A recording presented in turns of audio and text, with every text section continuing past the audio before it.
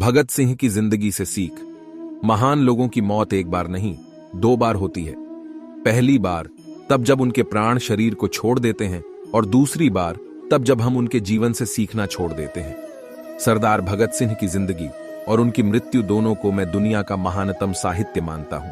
आज हम भारत के इस बलिदानी बेटे की जिंदगी से वे 3 बातें सीखेंगे जो हमारी जिंदगी के आखिरी पलों तक साथ रहेंगी। नंबर 1, लक्ष्य निर्धारण जल्दी से जल्दी। न जाने किसकी नजर लग गई थी पैरों को, तमाम उम्र चले और कहीं नहीं पहुंचे। ऐसा होता है जब चलने वाले को यही पता ना हो कि पहुंचना कहां है। न जाने ऐसे कितने ही काबिल लोग अपना लक्ष्य चुनने में इतनी देर कर देते हैं कि उस लक्ष्य तक पहुंचने के लिए वक्त ही नहीं बचता। भगत सिंह सिर्फ 12 साल के थे जब पंजाब में जलियांवाला बाग हत्याकांड हुआ था। वह बैसाखी का दिन था। भगत सिंह ने लहू से लाल हो चुकी बाग की मिट्टी को अपनी मुट्ठी में भरकर सौगंध ली। अंग्रेजों को छोड़ूंगा नहीं, जहां 12 साल की आयु में उनकी उम्र के बच्चे शायद गिल्ली डंडा खेल रहे होंगे। भगत सिंह ने तय कर लिया कि वे अंग्रेजों के खून से होली खेलेंगे, और जो तय कर लिया उसे कर दिखाया। उस दिन के बाद एक पल के लिए भी भगत का फोकस नहीं हिला।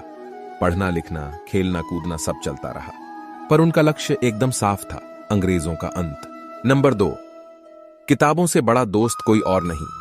हम जिस भगत सिंह को अपना हीरो मानते हैं, जिनके पोस्टर्स घर की दीवारों पर लगाते हैं, वह भगत अनगिनत किताबों से गढ़ी हुई एक प्रतिमा है। उनके रोम रोम में हजारों पन्नों का ज्ञान भरा हुआ था और इसीलिए जिंदगी के हर सवाल का उनके पास माकूल जवाब था।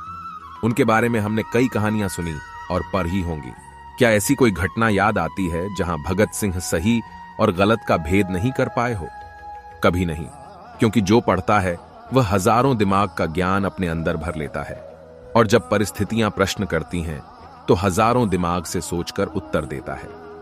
भगत बचपन से ही किताबों की ओर झुके हुए थे।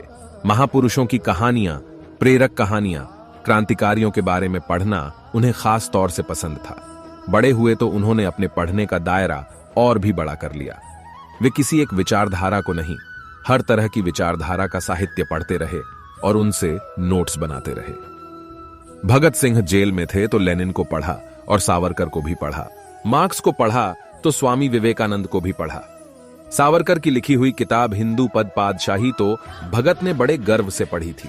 नंबर 3, मौत निश्चित है तो उससे डर कैसा। लाहौर सेंट्रल जेल में भगत सिंह अपनी बैरक में कैद हैं।